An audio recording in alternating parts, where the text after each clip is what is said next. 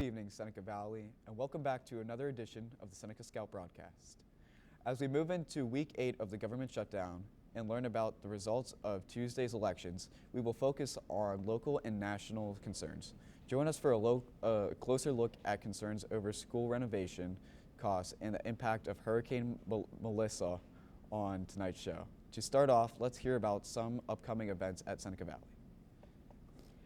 The winter concert season is coming up. Bands and chorus on Seneca Valley campus will be performing in the intermediate high school and senior high school auditoriums. Concerts will be held during the months of November and December. The students in the bands and choirs do this to show off their skills and entertain their friends and family. The first show will be the RGMS Symphonic Band Concert on November 13th. The high school symphonic band concert will happen on November 18th and the RGMS choir concert will happen on November 20th. In December, there will be 8 performances among the choirs, bands, and orchestras. Staying with local music, after months of planning and rehearsals, the RGMS is finally ready to present the musical Singin' in the Rain. The musical premiered last night and will be performed again on Saturday and Sunday night, located in the intermediate high school auditorium. There will be snacks and beverages located in the cafeteria and an intermission to get a little stretch. The students of grades 7 and 8 have progressed so much with their featured skill in the musical, including singing, acting, and dancing. The director, Chester Crum, and the choreographer, Brittany Vackener, worked very hard on making this musical enjoyable to watch, adding in dances and songs. The students have been working on the show daily, practicing every day after school hours to make the performance perfect for the audience to enjoy. If you would like to know more about the RGMS musical, look back on previous Seneca Scout shows that include our middle school musical. For more on our district, Seneca Valley's $165 million renovation project is striking concern with the community. The building that is an addition on the main campus will be home to over 30 new classrooms in the performing arts school. Seneca's board has received more than 200 letters and emails sent to them regarding the new construction plan. These letters are filled with comments of concerned Seneca parents, mostly regarding the price of construction, wanting the new district to reconsider and cut the cost down. Seneca Valley is replying to these comments, ensuring that the building will be necessary as the school needs modernization and needs to be able to grow as the student population grows as well. Today, Seneca Valley hosted a local blood drive for those in need of blood transfusions. Nearly 100 students signed up to make a life-transforming impact on those in need of blood. Almost 5 million Americans a year need blood to recover from surgeries, survive traumatic injuries, or make it through chemotherapy.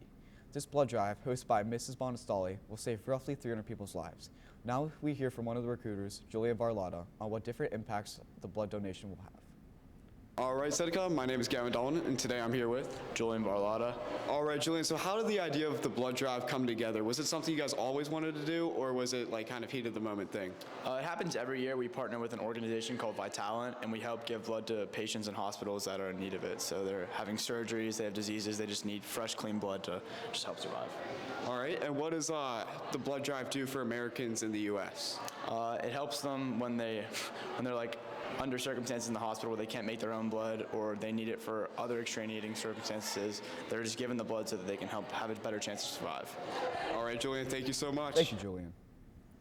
This past Friday, the Seneca Valley Raiders and the Fox Chapel Foxes faced off in the 2025 Whitfield Boys Soccer Championship at Harmac Stadium.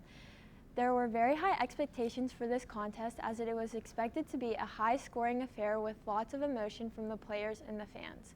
However, only one of those things was true. The teams played through 80 minutes of regulation and 2 15-minute overtime periods before heading to penalty kicks.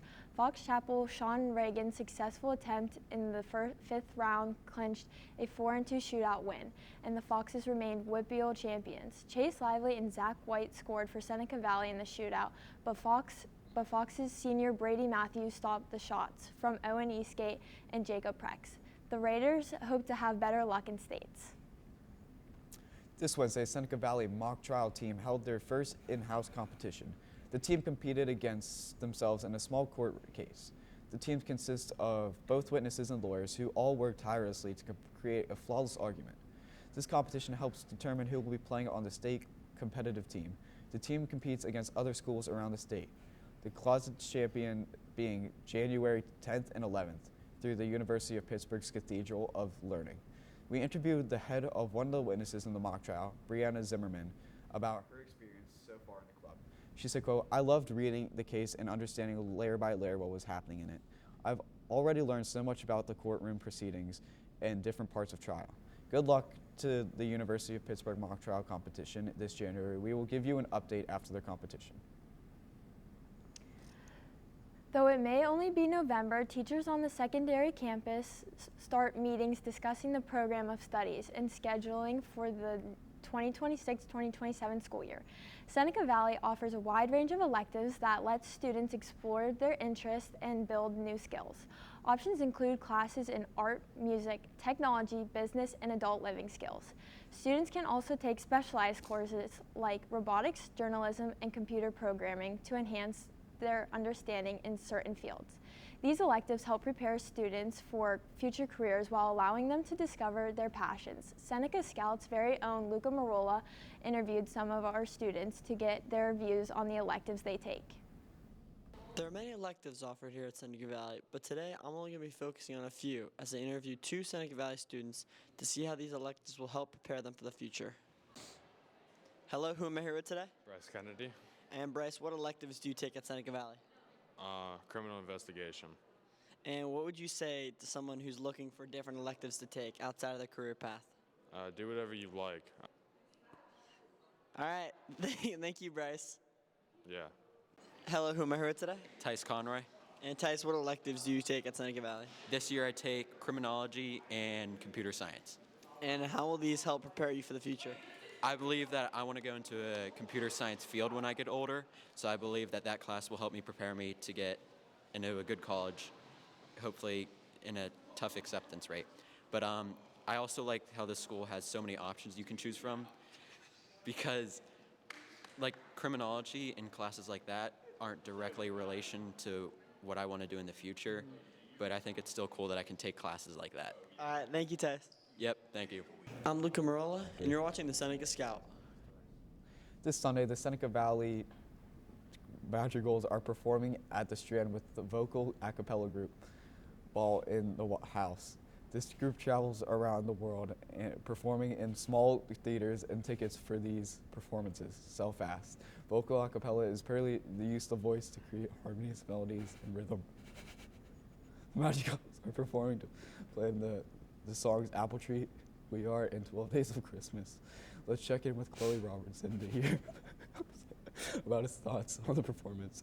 I think we're gonna do pretty good because even though it's like different music from what we're like more used to in the group, it's still a lot of fun to learn like other songs and stuff that are outside of our comfort zone. It pushes us a little bit more.